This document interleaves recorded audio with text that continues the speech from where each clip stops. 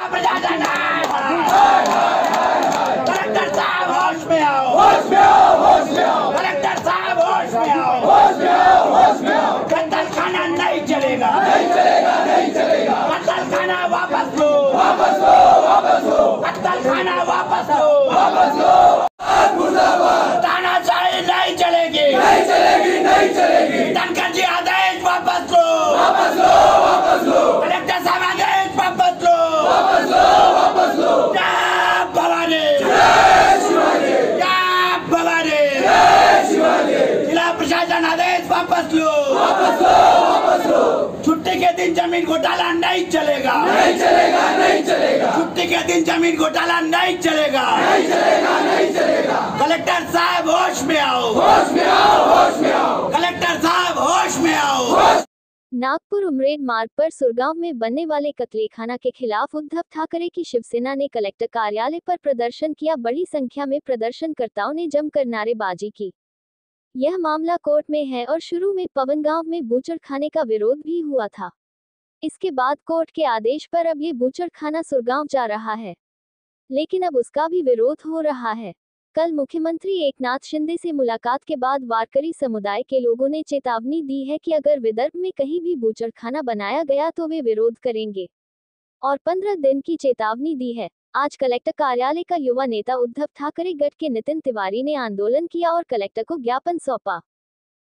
महायुती सरकारमध्ये नागपूर जिल्ह्याच्या अंतर्गत विपिन ईटनकर जिल्हाधिकारी यांनी अवैध प्रकारे कत्लखाना सुरगांव मौजा तहसील येथे आवंटित केलेला आहे। शिवसेनाच्या उद्धव बाळासाहेब ठाकरे यांचा त्याला विरोध आहे, कारण की त्याच्यामध्ये 50पेक्षा जास्त ग्रामपंचायत आणि सामाजिक संघटना यांनी आक्षेप नोंदवलेला आहे आणि तो न बघता जमिनीमध्ये घोटाळा केलेला आहे आणि सुट्टीच्या दिवशी अलॉटमेंट केलेला आहे आणि कोर्टाच्या हंटरना वाचण्यासाठी कारण की पवनगावमध्ये कंटेम्प्ट होता यांच्यावरती आणि हायकोर्ट आणि यांनी सुरगावमध्ये थोपलेला आहे।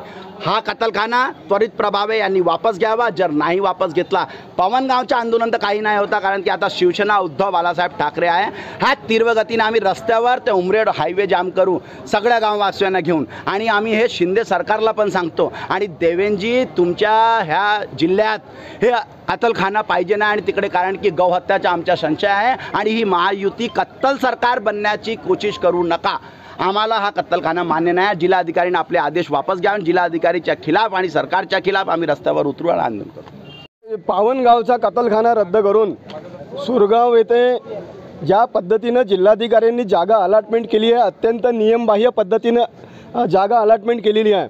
दिनांक 7/6/2024 रोजी या जागेसाठी 193च्या सर्वे नंबरसाठी जिल्हाधिकाऱ्यांनी 15 दिवसाची मुदत काढून लोकांचे ऑब्जेक्शन मागितले, पण 15 दिवसाची वाट न पाहता त्याच्या अगोदरच जिल्हाधिकाऱ्यांनी 368 नंबरचा 7/12 कत्लखान्यासाठी आवंटित केला। हे अत्यंत नियमबाह्य पद्धतीने आहे आणि या राज्यामध्ये या जिल्ह्यामध्ये RSSचं हेडक्वार्टर आहे। तेथून जिल्ह्याने देशामध्ये हिंदुत्वाच्या गोष्टी करतात आणि त्या हेडक्वार्टरच्या बाजूला 20 किलोमीटर हेडक्वार्टरच्या बाजूला भारतीय जनता पक्षाचे सरकार, महायुतीचे सरकार कत्लखान्याला परवानगी देते। हे शर्मेची बाब आहे आणि यांनी या लोकांनी हिंदुत्वाच्या गोष्टी करू नये। नाही, शिंदे गटाला सरकारमध्ये शिंदे गट आहे, भारतीय जनता पक्ष सरकारमध्ये यांना निवेदन देण्याचं सोंग करण्याची गरज काय?